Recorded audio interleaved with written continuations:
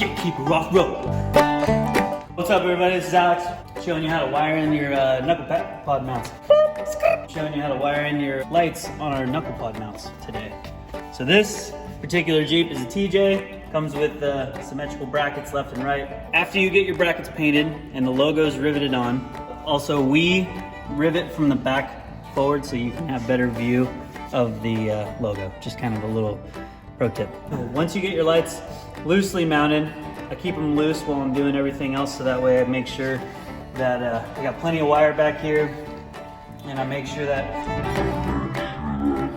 left and right, lock to lock, we're gonna be good as far as wiring goes, and also so I can aim them later once I get the tires back on. You're gonna run the wires on the outside or on top of the knuckle, whichever way works best for your particular setup. You're gonna wanna make sure you got plenty of slack in here for turning left and right.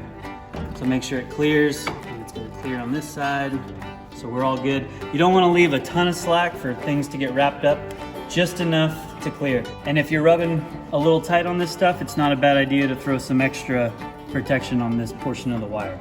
You're gonna follow your brake line up to the frame. Once it's up to the frame, it's free rein on where you go. You gotta remember, when you're zip tying to your brake line, if you're gonna do your brake line, don't zip tie too tight. These brake lines can collapse and choke up your brakes. Just lightly zip tie, kind of get them snug and they'll stay put.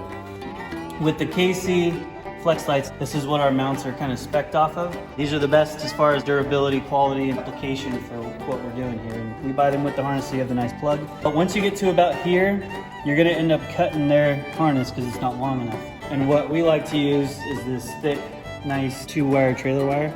It's kind of really durable. You could bring it all the way down here if you want. You're gonna zip tie this all the way up, all the way across, real nice and pretty.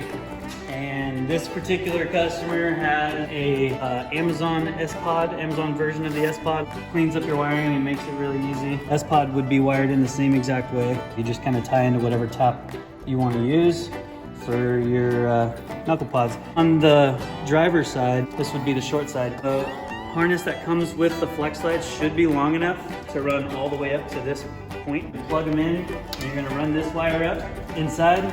Once you get over to this side, you're going to join both sides into one. You plug them into your S-Pod.